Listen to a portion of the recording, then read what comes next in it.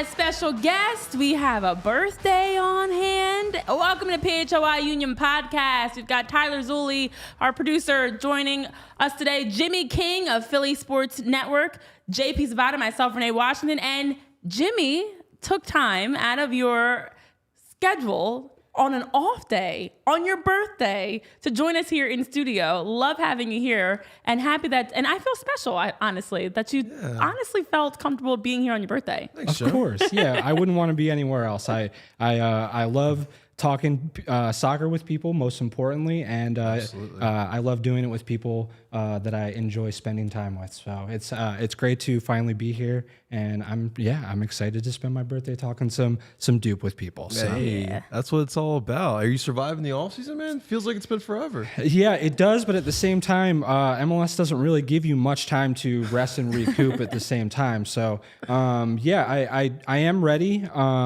But I'm wondering if everyone else is ready. I think that's kind of one of the big questions going into the season. Is everyone else rested from the off season? So I'm feeling good. I hope you guys are too. Again, I'm wondering if everyone else is. Yes, and welcome in Renee Soto. Anybody else that's tuning in, make sure you hit that thumbs up button. Join us in the chat. Join the conversation, because as you mentioned, Jimmy, it's January. I never know what day it is. It's January 25th. We are less than a month away from actual meaningful games. Soccer. And when you think about how fast that is from November, it's such a quick turnaround.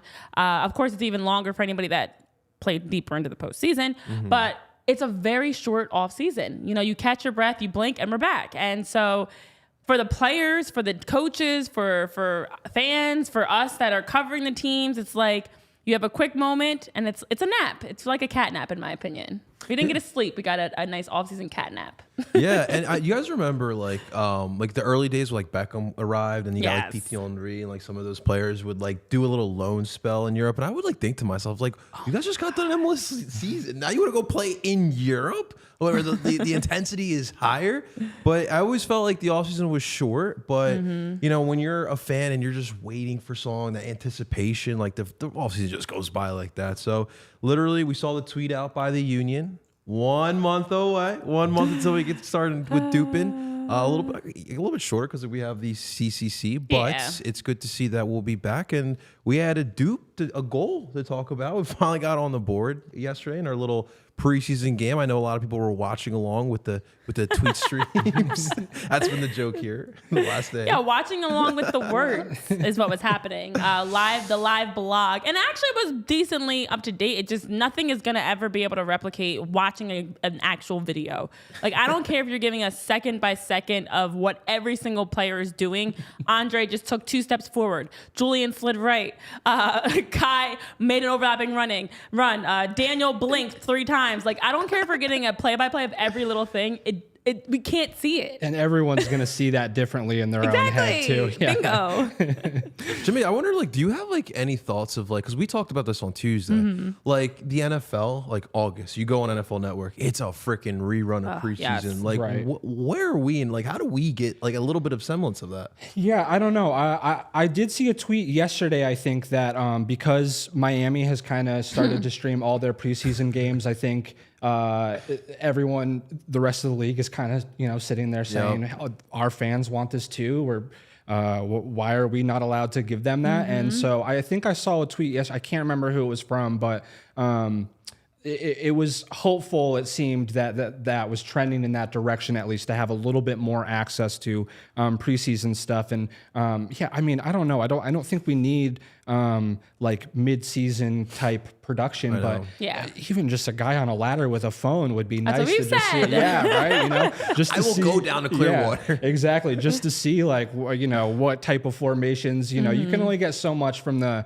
little formation graph. They don't even in preseason. They don't even do the formation. So it's just a list of the 11 starters. So it's difficult to kind of get in the space of getting ready for the new season without having that. But I am hopeful that hopefully in years to come, that'll be a little bit easier for all of us to do, and most importantly to give fans something to consume leading up to the season too. That's the thing. You want to see. We've been waiting. We've been following any off-season signings and news, and now is a chance to see in a new season what this group's going to look like. And we don't get a chance to see it more. Even down to like, I feel like after the first preseason game where we heard nothing from the MLS, I feel like even Tuesday, I saw more. And by more, I mean I saw one whole tweet from the MLS about like, we've got 4 MLS preseason games today, and here's who's in action. And then afterwards, the next day, it was a similar type of a post of like, teams were in action yesterday. But it was something. It was actually something mentioning them, because the first preseason game, it was radio silence. I didn't even see anything from the MLS. All I've been seeing is a flood of Inter Miami.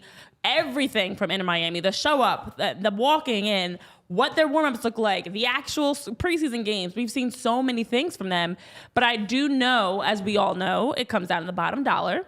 And being that for the Apple TV deal, preseason's not included, it's like, well, we can't make money off of it, so we're not going to show it, but nobody else is showing it either. Right. So it just is not out there. Like if somebody was to take on, hey, we're going to be in charge of streaming preseason. Totally. Through our service, whatever that service is, if it is that man on a ladder with a phone, whatever that is, we're going to stream preseason. You're going to get the action. We'll even maybe sponsor it. Somebody can get paid. That's what it's going to take. And I think Inter Miami is pushing the change for that, as you mentioned. Yeah, and I think with the preseason game against Flamengo being streamed, I think Union got a little lucky with that. They didn't even tweet about it being streamed until the morning of. Yes. I had been looking I had been seeing tweets that a network down in Brazil called Band was the original ones that were going to pick up the broadcast. To have it in Brazil, broadcast it on TV in Brazil. Right. I think someone else ended up picking it up. I'm not too up to date on my Brazilian TV coverage, but I think because of those people being there to cover the game, I think Union were kind of like, hey, can we also share that link? Yeah. So I think they did get a little lucky having that stuff already set in place by somebody, which was really, really great. It was a nice surprise to kind of have that introduced the morning of. I don't think anyone was really expecting it to be streamed. So yeah, it was cool. It was cool to see that. I wish we could have that for some more games though. That's a good point, because as you mentioned, it wasn't until the day of that we got the link. And typically you get in advance preseason games coming up. Here's the time, here's the location, here's also the link for where you can watch. Right. And now that you're mentioning it, everybody was excited. I know we were like texting each other about like, oh my gosh, there's a link. But it now makes me wonder, was that a last minute throw in that the Union just got lucky? Yeah, and I don't know for sure. It just I know, seems, but like it sounds just from putting things together, from looking at. That makes sense. Yeah. It also raises to one of my other issues. Like it is very minuscule, but like for the fan, it's very big. So it's like the little things, like preseason, showing it on a stream site where people can watch it, or even just like the off season. Like Renee, like what makes the NBA and the NFL so enticing during those off months? People are glued to their phones and seeing what that drama is, what players going to what team, what trades are happening. We don't ever really get that. And I want to give a shout out to Laura Fowler from the Queen City Press, who she's a great job covering FC Cincinnati. And she brought this to my attention. I'm like, yeah, like why isn't there like more buzz with like off-season signings? Like right now, if this was the NBA or NFL, we're talking about this on all the radio shows, podcasts and whatnot. So, and then this also adds to this as well. Allowing so small as a preseason game really doesn't matter for much, just a development for the season. Right. But like showing it to the fans, it's something little, but it's so big for fans because we want to be in tune. We want to be connected. We want to know what's going on. Yeah, and I know Dan, Jose, welcome in. Nice to have you guys here. Hit that thumbs up button, everybody, as you're here. They're giving Jimmy your birthday love. But as we all, us three, those in the chat, those listening to the show back on the podcast, everybody that's just talking soccer knows that the biggest thing is soccer is behind, and it has been. And I remember saying this 10 years ago now when I was graduating college and going into the NWSL of like, there is no media coverage. There is no coverage, but you can't get the coverage if you don't have the access to get the coverage. Yeah. We would love to be able to talk about the games and break it all down. and break it all down. But all we can break down is a live blog. Right. So, it's a detriment to the sport, to the athletes, that you're missing out on an opportunity when we look at other leagues, as you mentioned. The NBA is a great example. The NBA is year round at this point. There's no off season. Right. Summer league, the draft, like everything in the off season or non-game specific is still exciting because they still do a good job of giving you a little bit of something. You're still getting clips. You might even get some old games. The reruns will be playing. There's always something to consume. Yeah. Whereas with soccer and other sports are in the same boat too. Baseball's one of them, where it just stops and you're just kind of like, okay, now what? Now what do we talk about? What do we watch? And we're just waiting until Apple TV allows us to watch games again. Yeah, and it's interesting because I think from a league perspective, right? It's only preseason. Why the games that don't matter? Why do people want to watch it? But I can tell you from the reactions that people have from just the first preseason game. Fans don't take it as anything, We're they canceling our take it season serious. tickets here. Right, yeah. Drafting up emails to the ticket reps and stuff.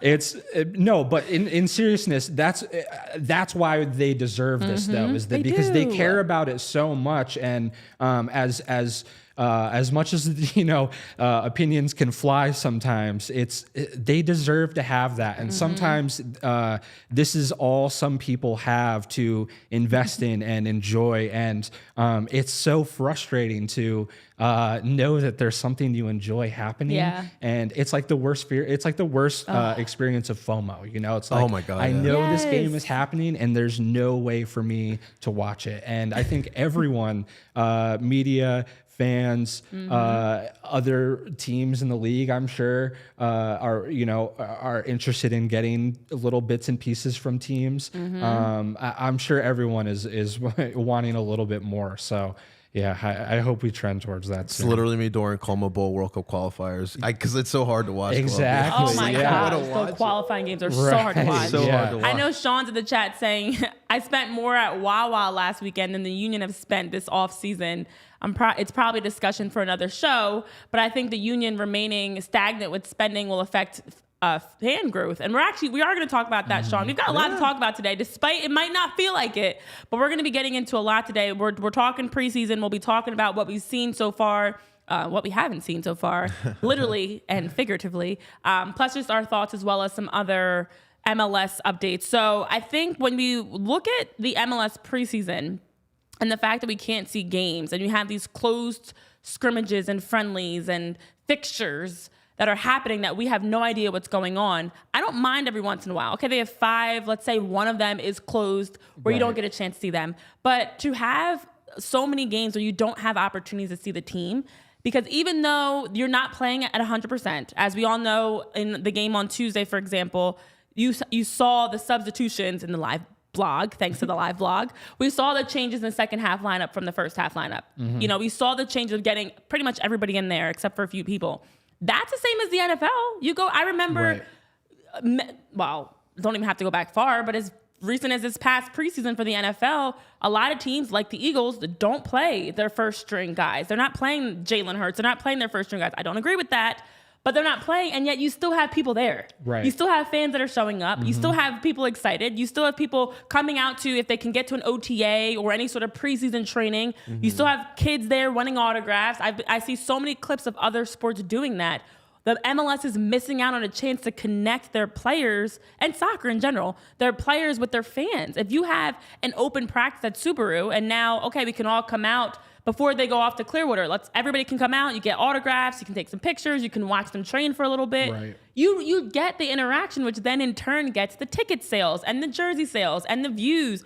But people don't have those opportunities to connect. And why is that? We can buy tickets to go see a third string quarterback play at the Link, but we can't buy tickets to go see, or even just go on our computers. Forget a ticket, go on our computers to see the Union play at all. Yeah, I know. I don't know. It is interesting. I don't want to say that people didn't care as much in the past. Maybe the interest, because of how much more coverage and access there is to coverage. Maybe people are more in tune during the off season than in years previous. But yeah, I think it is important, or it should be important to kind of give those fans the opportunity. Yeah. And I think especially for in context of the Union, an organization that relies so much on the homegrowns and developing young players, I think that a time like preseason is a really good time to do those sorts of things and get those people integrated into the community and exposure to fans. Exactly, right. And for fans to get to see what they have to offer for the future in those preseason games. And so, yeah, I think that it is important for more stuff to kind of bring the community towards being involved earlier into the season, and spring training for baseball, and that'll bring then when day one comes, when it's 14 degrees at Subaru Park, more people will be a little bit more ready to endure that. So Renee, I saw this city absolutely destroy Marcus Mariota, call Howie Roseman to trade for a backup quarterback because of his play. Imagine Holden Trent. It's all documented. It's all on the stream. Holden Trent allows 5 goals in a preseason game. This city's gonna do the same thing to Holden Trent. Poor Holden Trent. God forbid. but we have even spring training is a great example. That's a spring training, which starts very soon. We've been talking about it on our Philly show. We have 19 days until pitchers and catchers report. Is a chance for fans to be able to fly down. They are flying, guys. People are traveling down to Clearwater to go see the Phillies in spring training, to have a chance to just be there and have the meet and greets and be involved in different events. We have our own PHOY trip that's happening for spring training, selfish plug, that we're going down for Clearwater for a week. There's opportunities. You have people flying to go. People would drive, just like they do in season, to Subaru Park. Go check out the new fields and the new facilities, get to see the team, get to catch up with those homegrowns. Maybe Andre or Kai's not available to meet with people, but maybe you have the homegrowns meeting with them. Yep. It's just missed opportunities. And even as you're talking about, JP, the opportunities don't always have to be positive. It could be, we don't really like how Holden Trent's playing in goal. We don't want him out there. And now people are talking about it, though, at least. Right now, all we can talk about is a live blog. Yo, did you see that tweet at the 75th minute though? And it was by time, by the way. It wasn't even by game time. It was by the time of the clock. So it was like at 6:47. I'm like, okay, so that means they start at 6:30. So it's about 17 minutes in. When did Andre get subbed out? It's slightly before halftime. So if halftime has this time, let me subtract. I'm doing math here instead of just knowing that being said, thank you to whoever's running that blog, because that was like, and it was in multiple languages too. They had it in Spanish and English, which is cool. They did have some posts that were not in Spanish. I think it happened so fast there was no chance to drop it in Spanish as well. But it was also providing opportunity. That part I did like. But yeah, guys. That's a good question by Dan, that last one there. Does each club need to take the initiative or does it need to be a league directive there? And so I guess so if the majority owners are pleading that, hey, our fans deserve to watch these preseason games, I would expect that the league would then put the vote in and we would start getting that. But if the owners are like, we don't really need that, then I guess that's what we're going to get. We're not going to get it. Do we bank on the Philadelphia Union front office dishing out, and it wouldn't even require them to spend money technically, to speak but out, to do something like this that could actually bring them money? I feel like, as we all know, the Union aren't the quickest in making any sort of decisions and being the front of anything in the MLS. We are late adopters in the city. And I do think if they were to say, hey, this is what we want to do, I don't see the league coming back and be like, you're not allowed to do that. Yeah. Right. Does raise a question. That's a good one, Dan. Figure out what is exactly going on, guys. But we're talking a lot about games here, ladies and gentlemen, and we're nearing our season here. So why not use one of our dear sponsors in the Game Time app, ladies and gentlemen? There's no such thing as stressful ticket buying. No. You can even ask for one of our guests here, Jimmy, about concerts. And of course, Game Time is a great way to get into those concerts as well, with some of the cheapest ticket prices as well. Guys, we're in the middle of Flyers 6-year season. One of the best things to do is head on down, go to Xfinity, grab some drinks. Right before the game, you can buy last-minute tickets with the Game Time app, and we got you covered with the promo code here today. With your first purchase on the Game Time app, ladies and gentlemen, use the promo code PHLY. You'll get $20 off your first purchase. That's right, ladies and gentlemen, $20 off your first purchase with the Game Time app. Make sure you download the free app, use the promo code, and thank you again to our dear sponsor, the Game Time app. Now I want to go to Clearwater myself. Renee. I know, I do. And I also want to make sure to take time to tell you guys about Mortgage CS, which stands for Mortgage Concierge Service. And as a white glove service located right here in Philly, Mortgage CS does a really good job of empowering, educating, and just being there for all their clients. They want to connect with you. Ben and Alec, who do a fantastic job with Mortgage CS, are really big on. You've got 24/7 access to them. You can reach out at any time, ask questions. If you want to ask why, what you have to do to help be able to be prepared to buy a house, they've got you. If you even want to ask, why don't the Union have any sort of preseason opportunities for us to go out and see the team, they can talk about that with you as well. They might not have answers, but they'll chat with you about it all day. You can shoot them a text, give a call at 267-391-7425. That is Ben, the CEO's personal phone number. And he encourages you guys to reach out anytime. Let them know us at PHLY Union sent you. And you can also make sure to email ben@mortgagecs.com. And the best thing is they just want to make sure that regardless if you're looking to buy now or buy in the future, that you are always able to talk to them and get advice from them. And they want to make sure that when you hear the word mortgage, you think of Mortgage CS, you think of Ben, you think of Alec. And so again, save Ben's number, which is on your screen. Which also I read back for you that are listening on podcast platforms, 267-391-7425. Reach out anytime, morning, day, night, sun, snow, sleet, whatever it is.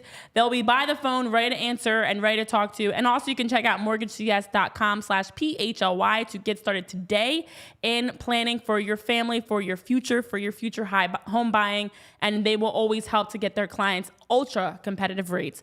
So this advertisement is not a commitment to lend or extend credit. Mortgage CS is an equal housing opportunity mortgage broker. All loans are subject to credit approval. Certain restrictions may apply. Company NMLS ID number 1464766, and you can visit mortgagecs.com for more information. All right, well, we've done a lot of talking, guys, about just our gripes and frustrations with preseason in general. I know in the chat, Dan, Sean, you guys, Jose, different people have shared their thoughts as well. I know Sean's even mentioned the league seems to have a lot of control over clubs of, you can see it. And I actually just saw it recently with them declining a move, and I'll talk about that a little bit later. I don't want to jump ahead here, but they did decline a transfer. So the league does have some say. But all that being said, we did at least get a second preseason game for the Union. We got the first goal of 2024, Julian Carranza. Hey. Beautiful goal. So glad we got to see the highlight of that goal, because it was nice to see as Nate Harriel and Jack McGlynn worked back into the mix. Julian back in the mix. Of course, Jose was back last preseason game. You're getting more and more guys back. Nate driving up the field. Quinn Sullivan overlaps. Nate slips him a pass end line. Quinn saves it, drives it across the box, and Julian Carranza with a nice heel finish. Back heels it, nutmegs the keeper, scores the goal in the 37th-minute mark. It was a beauty to see. It was nice. Before Danny Pereira tied things up in the second half. But either way, the Union got a goal, which is positive. And what I liked, guys, about that goal, and JP, I feel like you know what I'm going to say. The movement. There it was. That's was all movement. we want. And you know who had, by no surprise, guys, the names involved in that goal: Nate Harriel, Quinn Sullivan, Julian Carranza. Yep. Three of the guys that most consistently, in my opinion, are playing at a level and playing with an aggression and a creative level that is needed for this team to take strides. That's the way they need to play soccer. I loved it. I would love to see more clips, but I love that clip. Yeah, absolutely. I think in general, well, for a number of people on this Union roster this year, it's a big year to take that next step. Sure. Jack McGlynn.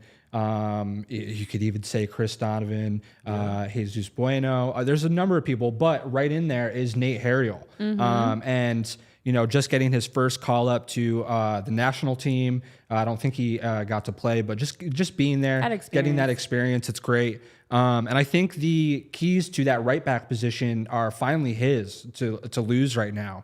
Whereas the last couple years, it's been, everyone's hoping that Mbaizo would keep that position, and it was his to lose. But I think Nate, who's always been kind of a defensive-minded person first, or defensive player first, he has shown that offensive ability, especially in the air, heading balls in the box. Hell yeah. He's been really impressive. People have kind of started calling him Nate Ariel, as getting up there and heading those balls in. So I really like to see that, and I think for a club that again puts so much focus on developing those young players and trying to get them into the first team, I think that, we're not seeing so much movement, not that we usually do in the transfer window, but I think the reason we haven't seen more is because we're expecting a lot of those younger guys to really take that step and maintain their spot in the lineup, like Jack McGlynn,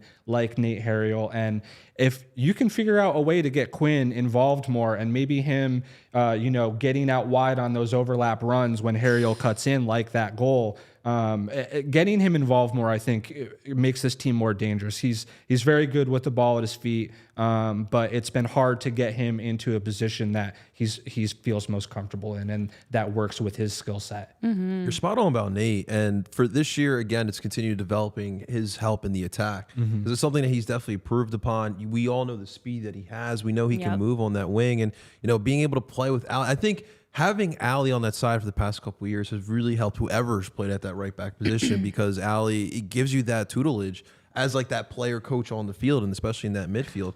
But Quinn, you really do bring up a really good, interesting point. And the thing with Quinn is that we know he's comfortable with the ball at his feet. We know he's got creativity as well. But we haven't been able to find that consistent position for him. Really for a young player, like having that kind of, Renee, like being able to know where to play on an every given game, like that's so big, and we haven't been able to find that.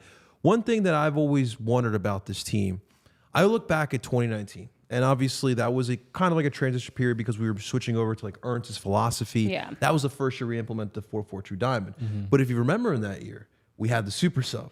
El Cino. Oh, gosh, yes. When he came What in a the time. pitch, the system changed. Right. You went from that 4-4-2 diamond, compact midfield, high press. Now, and you go back to the 4-2-3-1 with El Cino in there, things started changing. You had more tactical flexibility. You had more freedom in there. We saw a little bit of tactical flexibility here this past year at 3-5-2, but I feel like sometimes we don't play a player as much, or we won't sign a player because they don't fit in our system. Yeah. Sometimes I do wish we could fit around a player's skill set. Yeah. Like I think this past year, Andres Pereira was my example. I get it. He didn't fit completely. But when he was in there, Jimmy, he was scoring goals. He was contributing. I agree. Yeah. And I think the interesting thing about that, right, is so it didn't work out for whatever reason. That's fine. Things don't work out for players sometimes for whatever reason. But what is the plan for? Are we just not replacing that roster spot? Are we, at the end of the day, because of loaning him first and then making them come back and purchase him again, we actually ended up making a little bit of cash on that move. And Jose Nunez pointed this out recently. The reason a couple players were late to preseason. Allegedly, because per Jose's reporting, was that they're working on getting their green card, which is going to be really beneficial to the Union and their roster building because it opens up those international roster spots, which teams like Nashville have been really good at trading those away for money to use to hopefully bring in more players. We're kind of getting on the time crunch here if we want to bring anyone in before like the European window closes. But it would be nice to kind of see a little bit of movement, especially since we thought we had someone that had MLS experience in Pereira, and we haven't replaced that. And it seems like Bedoya will eventually be back, but in the case that he's not, that's two midfield spots that we just don't really have a set answer for yet right now. Exactly. And that's a tough thing. I think now it comes down to, it feels as though the Union are also trying to wait. It's a domino effect. Like Kai was one of the first dominoes. Get him back. Ali, as we know, and as reports have indicated, seems as though he will possibly be returning, but possibly not. As you mentioned, there's no guarantee until he's signed on the line. I know Dan's mentioning in the chat that Quinn's work rate is outstanding. He'll continue to develop the more time he gets. I think that's also part of this too. I'd love to see in these preseason games in the early parts of the season, guys like Quinn should get more minutes. And we talked about that, like Joaquin Torres, for example. Why does it take so long? Chris Donovan to get them minutes, especially in those early MLS games, preseason games. That is the time to see what they can do and get them comfortable. Figure out what their role is. Are they a guy that can just give you 5-10 minutes off the bench? Or are they a guy that maybe can give you more? And I think Quinn this year is taking those strides to be a player that should be able to give more. He should be someone absolutely in the conversation to start. And I hope that the Union can make an additional signing, whoever that may be, with the green card. The 3 players with their green cards getting situated should absolutely open up that space to now bring somebody else in. I've been watching in the MLS updates all the other teams that are bringing in international players that are leading scorers for their respective clubs or major minute holders or captains or essentially established. When will the Union make that signing? I feel like we're getting closer. But in the meantime, while we're waiting, there's still so much that I feel like needs to be figured out. You've got someone like Brandon Craig, who I know I was just reading a report about, and I've been seeing different things. Obviously didn't play in the preseason game. They're still trying to figure out Brandon Craig, where he can go. Jim has mentioned he wants him to be able to go somewhere to play professionally. Don't know where that's going to be. You've got someone like Joaquin Torres. You've got Raffanello. You've got different guys that are kind of in that mix of, are they or are they not? Yeah. And I know the starting lineup for the first half, we had Andre Blake, Kai Wagner, Damian Lowe, Jacob Glesnes, and Nate Harry on the back line. Jose, Jack, and Quinn, Jeremy Raffanello, Joaquin Torres, Julian Carranza, trying something a little different. Obviously, Daniel Gazdag, we saw the Union posted he was officially there. Obviously wasn't going to play, but was dressed and was at least there supporting, which is great to see. In the second half, a completely different look. Got to see some other guys. Francesco Montali got his first opportunity. Holden Trent was out there in net as well again. Matt Real, we saw Macania, whose name I struggle with, so Olwethu Macania. Nelson Pierre, Olivier Mbaizo. We saw Jesus Bueno, who also came in for Jose when he went down in the first half, thanks to the Word blog. I got that update. Christopher Olney, Sanders Ngabo, David Vasquez, who actually seems like, from what the words indicated, seemed like he did pretty well. Yeah, Chris Donovan, and then Jeremy Raffanello. So some different looks that we've been seeing of, I like that different players, Nick Periano got in as well. Different players got minutes. Different players at least got opportunities in another preseason game. And from what I want to look at is who in that tier is showing that they're deserving of getting more minutes or at least competing for that. Quinn, a definite, but that next tier as well. Like I mentioned, for me, Jesus Bueno needs to have a bigger role this season as well. I think, to be honest, from what I saw, again, it was just words, so I don't really know. But it seemed like David Vasquez was involved in a lot of things. So him and Jeremy, 2 names that I'm like, okay, now I want to see how that looks in video. Yeah, when I can actually watch. Yeah, again. Absolutely. I've seen David play a few times, and there's a lot there, I think, and it seems like the team is excited about him too. He might not be there yet to start cracking into the first team, but maybe if the need is there with all the games this season, and if injuries happen, which we've already seen a few this preseason.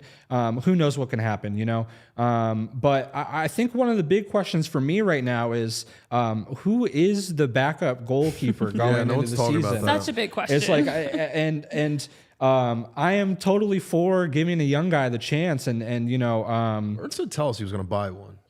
Yeah, it just. I don't know. Andre he's undoubtedly one of the best keepers in MLS history, but he's getting a little old, and he's getting worked, and he will also be on international duty at times too. I was going to say there's a time stretch where he could, depending on how Jamaica does, he will be missing MLS games, and then what? Exactly. So it is a big question. Is like before, at least we knew we were going into those games with Joe Bendick, and now we don't really know what that plan is. And man, I'm not saying it was a bad move, but you look at Matt Freese, looks like he might be the starter over there, and it makes me sad a little bit, because I think he would be a solid backup, and maybe this was that year that he could really get some games and take that step into taking over Andre someday, if being in that conversation at least. Yeah, So. I mean, the depth, there's still a lot of depth questions. You mentioned the goalkeeper position. And for the past couple of years, we have gone with a veteran option. Joe Bendick has been here. But I agree with you. You do have to slowly start thinking about life after Andre Blake. It might not happen in the next 2 years, but you need to start planning for that. And if not, worst comes to worst, you made money off of Matt Freese. If you're going to be able to continue your Union ball, selling off a backup goalkeeper doesn't hurt either. But for this particular period, I think for the backup goalie, I think you need to find someone a little bit younger. I look at a signing like Carlos Coronel that was more of a loan deal, but back in 2018 we brought in Carlos Coronel. I really love that one because Carlos had played in Europe at that period. You're coming in here at that time. Andre's going to play a lot for Jamaica, so I would love to bring someone along those lines here for the backup. Yeah. But there's still more question marks. The back line is set pretty much. I mean, I guess Olivier might be a little bit questioned because we've been hearing transfer updates like does he want out or not.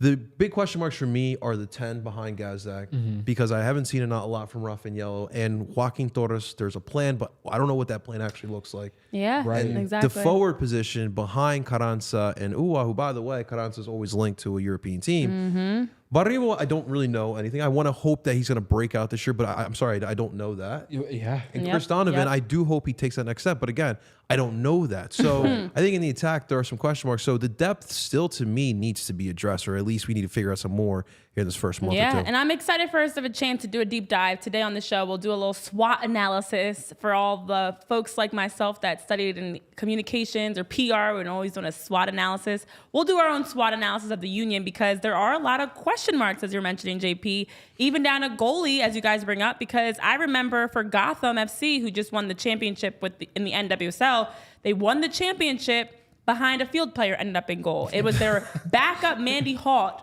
who had to step in goal when their starter, Abby Smith, went down. It's incredible. Mandy got a lot. Moments. Oh, my gosh. So they had 3 goalies that played throughout the course of the regular season. 3 goalies that played throughout the course of the regular season of sometimes just rotating just to give Abby a rest. And then it ended up paying off because when she did go down with an injury, which we are obviously not going to have to deal with, but it happens in sports, Mandy Hart was ready to step in goal. Mandy played fantastic until she got a red card, had to go out, and they had no goalie. So one of their field players had to step in goal. You can never have enough goalies and reps in goalie in meaningful minutes because you just do not know. Right. And it puts so much on Andre Blake, who's logged a ton of minutes already. As we mentioned, he's aging. He's had a lot of miles on the tank. He already is going to have potential conflict with the Jamaican national team. You can't just say, because we've got the best goalie and one of the best goalies in the league, that's enough. No, because what happens if you need somebody else to go in? And you need to have a 1A goalie, to be honest. In my opinion, at the professional level, it doesn't have to just be a traditional backup. Your next keeper should be someone that could potentially, like Freese, be a starter somewhere else. That now, okay, if we need to have a stretch, maybe Andre's just gassed. We're just going to have him rest this MLS game just because, and the next goalie can go in and hold down the fort. Yeah. So it's a huge question mark for the Union. Absolutely. Going off what you said earlier, I think the plan is to kind of support one of these younger guys, hopefully to becoming the next, to take over the chair for Andre Blake. But for the time being, there isn't someone with that experience there. And I think something that can make teams, great teams, even better is having that inner squad competition, Exactly. Having someone that's challenging you for that space. And I think that's why, having someone like Damian Lowe is important. It's keeping, while they are 2 of the best center backs in the league, it keeps Glesnes and Elliott just paying attention to how they're playing. Yes. And similarly to what Nate is doing with the right back position right now is making sure that you've got to be when you are playing Olivier, you've got to be playing your best, or I'm coming for that position. And I think that keeps players on their toes. I would love to see that implemented more in some of these positions where we do have some of the better players. Gazdag is likely going to be Union's all-time leading scorer if he stays this whole year. But it would be great to have someone behind him who is just waiting for the chance to make their impact themselves, And that's not to say that the guys that are waiting behind him aren't feeling that way. They just may not be ready to take over that quite yet. So yeah, I don't know. It's interesting. I don't think Union are in the mindset of signing someone huge, but it would be really nice to have someone with just a little bit of experience from a little bit of a higher level and can also help teach these younger guys how to compete at a higher level. So I would love to see that, even if it's not a starter, just someone that can come into the squad and kind of challenge people inside in the depth compartment. Buffon out there still trying to suit up a little bit. Yeah, exactly. That's the key. Just someone that can add pieces to this. Now, before we get into our SWOT analysis and some other MLS news, let's tell you about Bagels & Co. JP? Bagels & Co., ladies and gentlemen. Brooklyn-style bagels, of course, ladies and gentlemen, and our sponsor here today. Bagels & Co., ladies and gentlemen. Huge bagels, biggest bagels in Philly. And, of course, we have a large variety. You usually have 15 to 20 different types of to choose from daily. We have seasonal bagels as well. For instance, we have our Christmas-flavored bagels that will be on display. We had them on display during our Christmas session as well. But they have team-flavored cream cheeses as well. Of course, with the Union season coming up, hopefully we can get one. We're pleading for that to happen here. Of course, right now we do have them for the Sixers and Flyers as well. We are an affordable brand as well. You can get a lot of food for cheap, but that's the big thing as well. And it's in today's inflationary prices. Sorry, we think that is key. We've debated raising our prices, but we want to be an everyday brand and some high-end place you can go to splurge on the weekends. We are an artisan or mom and pop. We have a mom and pop feel, but we cater to the everyday individual. A lot of our customers are repeated as well. And they also have good coffee as well. So thank you so much to our sponsor here today, to Bagels & Co. Make sure to check them out, www.bagelsandco.com. And, of course, find your local store as well. And make sure to check out Bagels & Co. All right. Well, Julian, welcome in. Nice to have you here. I know you're talking about how clutch freeze would have been last year, especially, as well as giving your happy birthday comments to Jimmy. So here on PHLY Union Podcast, we want to take time to do a SWOT analysis. Now, we've seen a lot so far in not only just the 2 preseason games, because we actually didn't see anything for the second one, but we've seen a lot of just Union soccer, what we want better, what can be improved. So a SWOT analysis, as we are 1 month away, I feel like, and JP actually had this fantastic job. Like, it's time we do this. We've done a lot of talk around, what we would like to have happen and what we think is going to happen. But let's talk about what, we've seen with 1 month out. So as a SWOT, what it stands for is strengths, weaknesses, opportunities, and threats. So starting with the biggest strength for the Philadelphia Union. Let's start positive. Yeah. What is the biggest strength for them as we're 1 month out heading into the 2024 season, guys? I'll let you guys go first. Yeah, I think, you got to look at that front three that's had the most goals in MLS over the last couple of years. That's probably your biggest strength on the field right now. And then you've also got to look at the home field advantage. Don't even have to give off any records or anything. People know if you've paid attention to the Union over the last couple of years.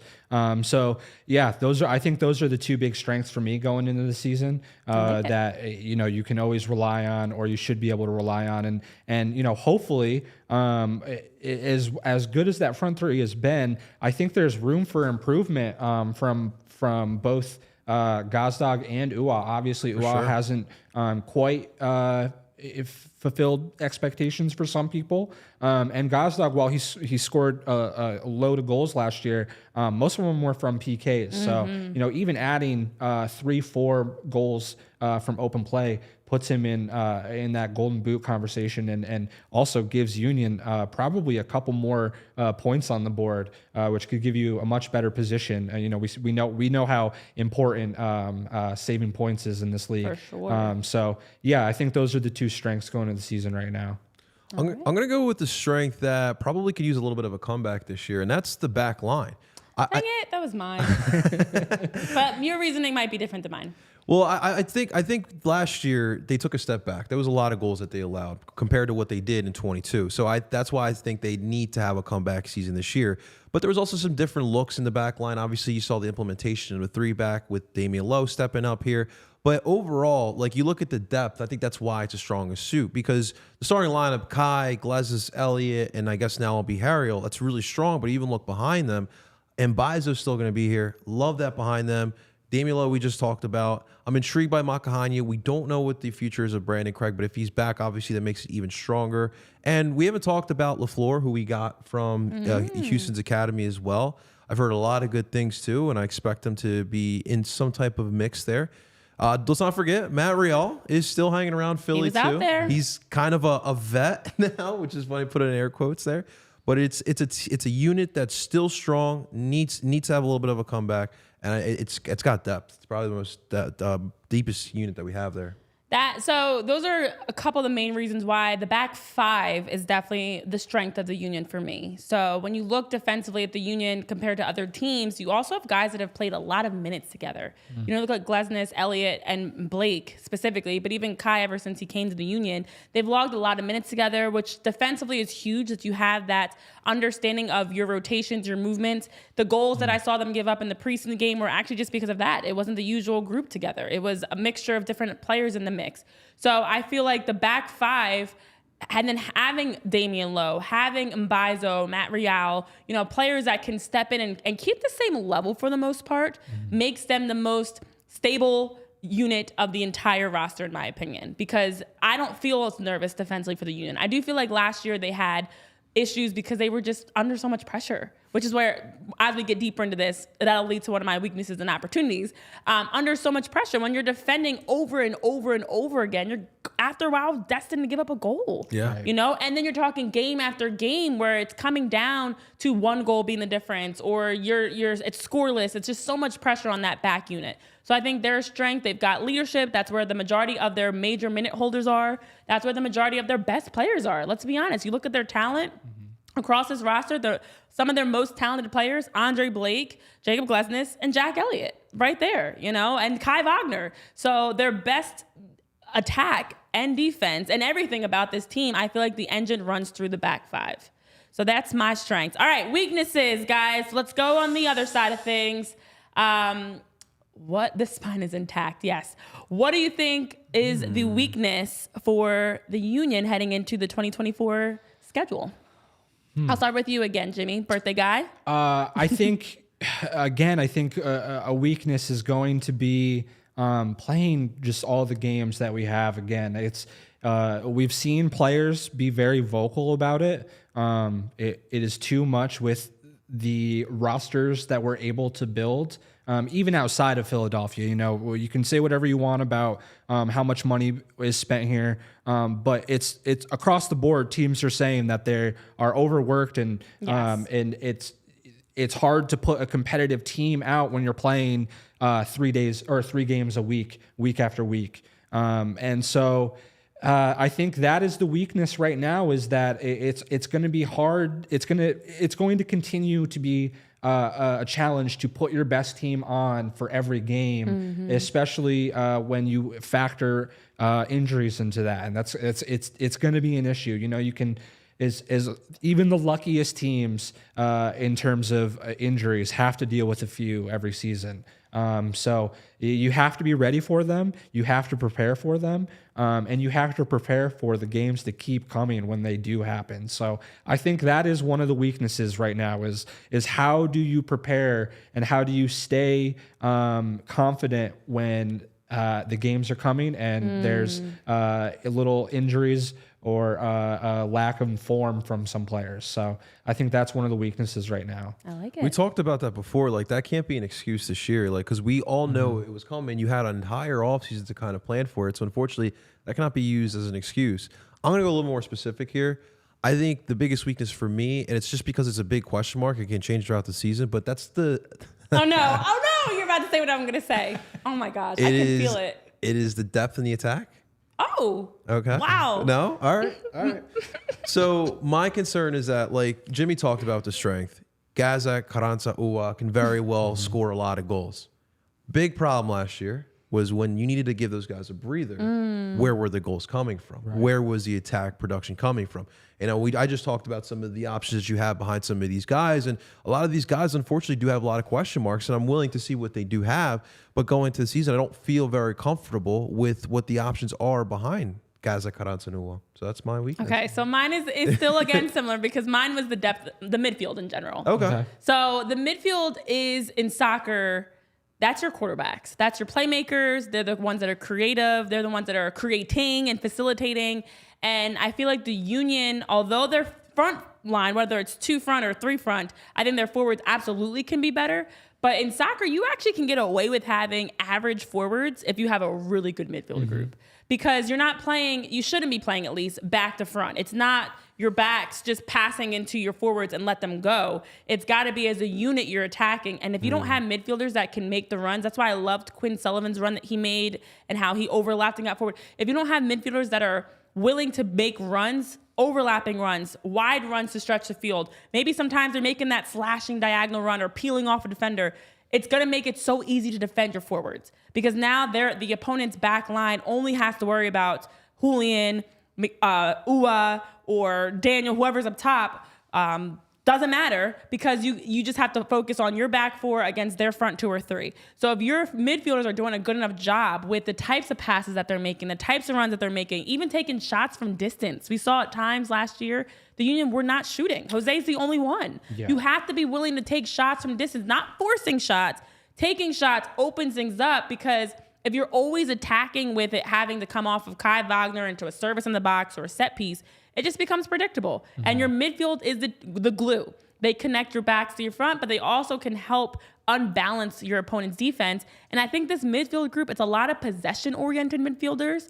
You know, Bueno, Jack McGlynn, Jose Martinez, Ali, depending on if he's there or not. But right now, we're not going to talk about him. But him last year, it's a lot of guys that are just workers. Where is that true midi that's going to break down opponents and just be creative? And you're like, holy crap, where do they come from? Where they're just buzzing all over the field. They're all over getting involved. They're finding the ball. They're connecting with their forwards. And I don't think the Union had that piece. Even to this, looking at this roster, what Brendan Aronson used to do and different guys, they don't have that creative midfielder. And I think that's a weakness that at the MLS level, when you look at other teams, they've got that solid midfielder that's just, you have to watch them at all times. We don't have a midfielder that you see on the Union that we could talk about as the guy that opponents have to fear all the time. Because Daniel Gazdag is scoring off of PKs for the most part. He's not active. He's not making runs. So to me, the Union, it starts in the midfield to help their attack. All right. I feel like this leads very well into areas of opportunity. I'm going to actually toss it back to you guys so I don't have to continue because I feel like mine is going to be the same as my weakness. But so this is areas for improvement, you're saying? Yes. Okay. So these are, areas of opportunity, improvement for 2024. Okay. Yeah, I mean, I think in general, I kind of touched on it already, but it is a season for a lot of those guys to really take that step forward. I mean, someone we haven't really talked about is Ty Baribo. The guy's played less than 2 games in total minutes for us so far.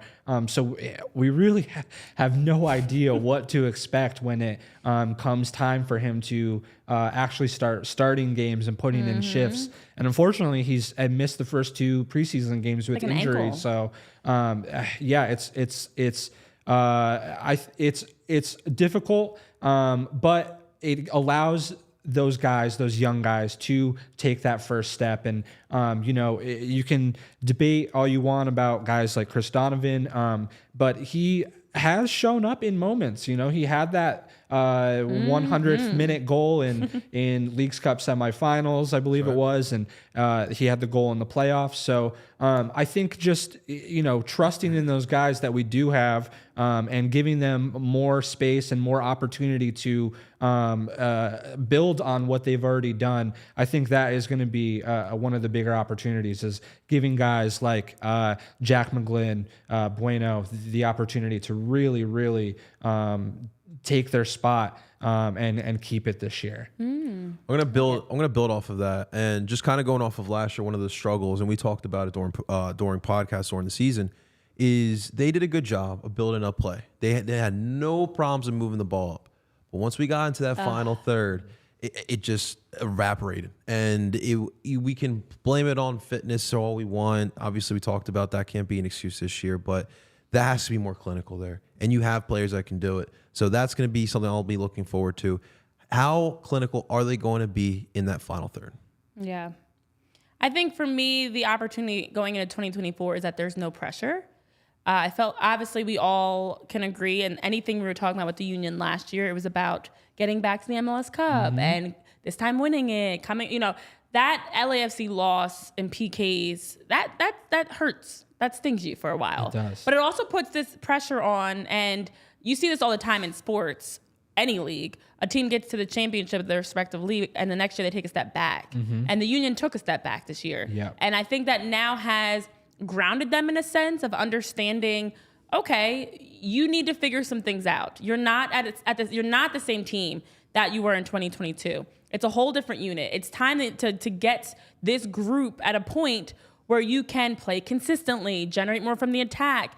And I think they got a little bit comfortable and complacent in a sense, where at times the Union didn't look like they were playing with a level of intensity that matched their opponent. So I wonder how much of that was from that success of getting to the MLS Cup, or even every year was kind of a stepping stone until they got to the MLS Cup, where they just naturally were getting better. From the Supporters Shield in 2020 all the way through the MLS Cup a few years later. So in a quick stretch, they went from a team that's, unable to win a playoff game to a team that's top of the league, right, and is now becoming, even as underdogs with all the homegrowns and the lack of paying and having a low salary with players compared to other teams, that they still were a top team in the mix. But you have to earn that. It doesn't just happen. And I feel like this year was that wake-up call that the way we've been playing is not good enough. It's time to buckle down, lock in. That's why I love the way Quinn Sullivan is playing. Play aggressive. Just try things. Who cares?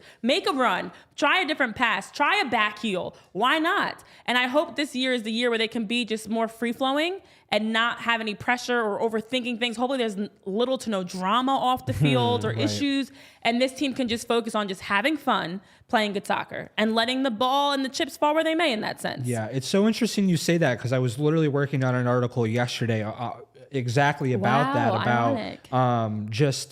I feel like this team in the past has played better when they are the underdogs, when they're not, when people aren't high on them. And coming into last season, when everybody is, especially the people that are fans of this team, are expecting them to get back to where they were. So yeah, I do think that it's interesting that you say that, because I think they will be in a little bit of a better mindset this year, not having all sorts of pressure on them. Yeah, pressure is not good for everybody. Some people can't handle the pressure and they struggle with that. Some teams would take that as motivation to want to get back. And now, okay, we've learned a lot through that experience. We're going to work to get back. And I think with having so much youth, and also, to be honest, I think this is one of the, so this actually, I'm going to just jump right into my threat, because I actually think this is one of the areas where the Union can struggle and have struggled.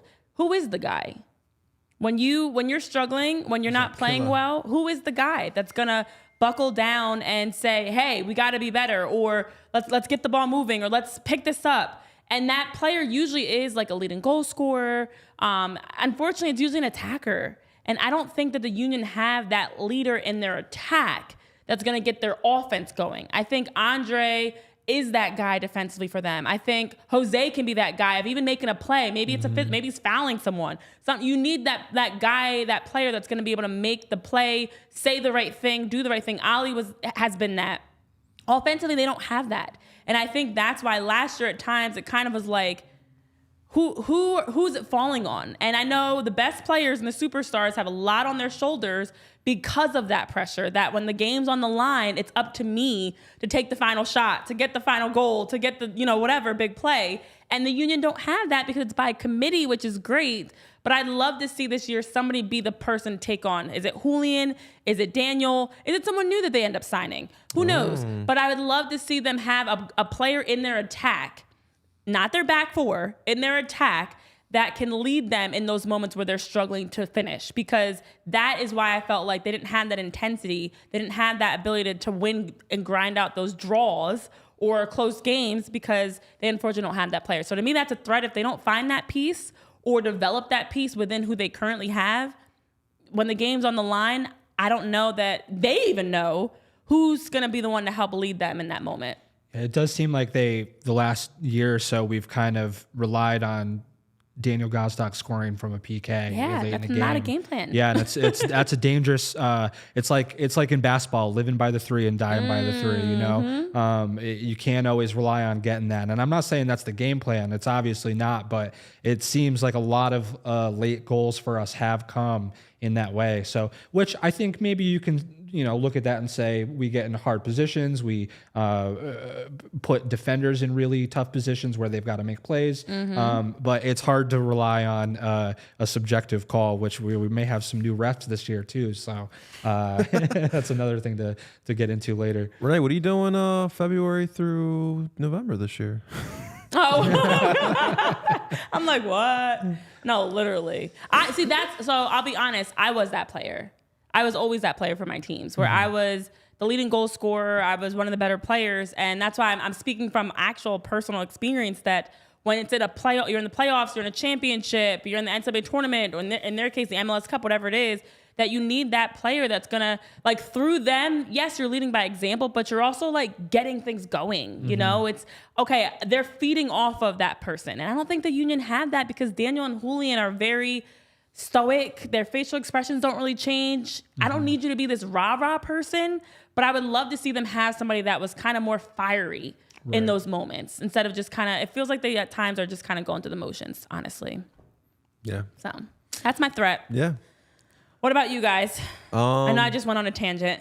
I mean, I'll be honest with you. I don't even think the threat's here. I mean, I think this team is set in stone, but like I talked about before, like I need to just see more from especially like the attack there for me to feel confident again about it. Like I'm still confident in Gazdag's skill set, but I don't know if he fits what exactly we are trying to do per se. Especially you talked about it before you brought up BA. I think BA is like the perfect mold for the 10 of this team is looking for with the philosophy that we do have. So yeah, I mean, I think my thought is that in the summer, Carranza, that's when he will be sold. And I think with that money and that time period, we will find that killer, knock on wood. Wow. I don't know. I think as a team, we've seen it before. As a team playing as a unit, they're very dangerous. Yeah. When you got these 11 playing as one, it's so hard to stop the Philadelphia Union. But your point is something I've talked about since Columbus won the championship in 20. Like, you need that killer. You need that guy when the game is on the line. You need that goal, and he's going to manufacture it out of nothing. Who is that going to be? Who's going to be that Bale, that Cucho Hernandez, that Lucas Alarian, that Josef Martinez? I don't have that confidence with some of these guys. So I know Jill's saying that she sees those qualities in Quinn. I do think that Quinn can be that if he can refine some things, because you need someone that's fearless, that's just going to go, that's not going to worry about if they miss or if they mess up, that's going to take chances. And I think at times the Union plays safe. And it's just pretty soccer, but it's never in that, as you were mentioning, JP, in that next level gear when you get into the attacking third. Exactly. Is your threat different, or is it the same? It is. Oh, yeah, okay. Actually, so for me, the biggest threat for Union this season is not so much looking at what the Union team is or what they're doing, but looking at what everyone else in the league is doing. Everyone else is getting better, and Union are relying on a lot of the same things. Relying on a lot of those young players to take the next step, relying on players like Leon Flock and Baribo to, hopefully be healthy and contribute. But other teams are going out and taking chances on someone that is going to immediately, hopefully, we know how that can be in MLS. It can take some time to adjust, make an impact for their team. And, whether depending on which philosophy you look at, there's a lot of people, a lot of Union fans feel that Union could be left behind in the next couple years if they don't change the way that they build their roster.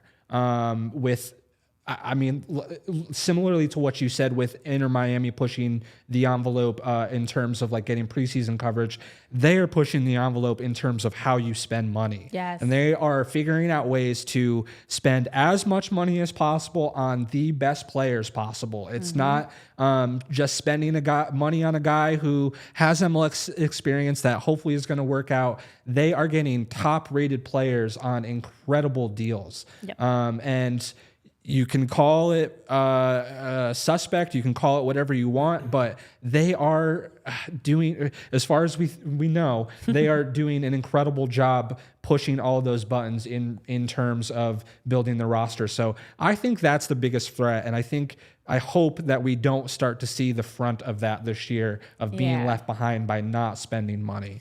And I fear with injuries and stuff, that could be a possibility. So yeah. We have talked about that on the show as well. It feels like the league is evolving, spending more money, bringing in now we're seeing players, the best in the world from top clubs in international leagues linked to moving to the MLS, and none of them are connected to the Union. And that's a concern because you can preach homegrown and development all you want. But listen, if you see teams like Inter Miami, obviously Messi might seem like an extreme, but Messi's in the MLS. Yeah. So if teams are figuring out a way to make a move like that, you got to figure out a way to match it. So definitely something to keep an eye on. I know as we ironically talk about the development side of things in the academy program, some MLS news that did come out.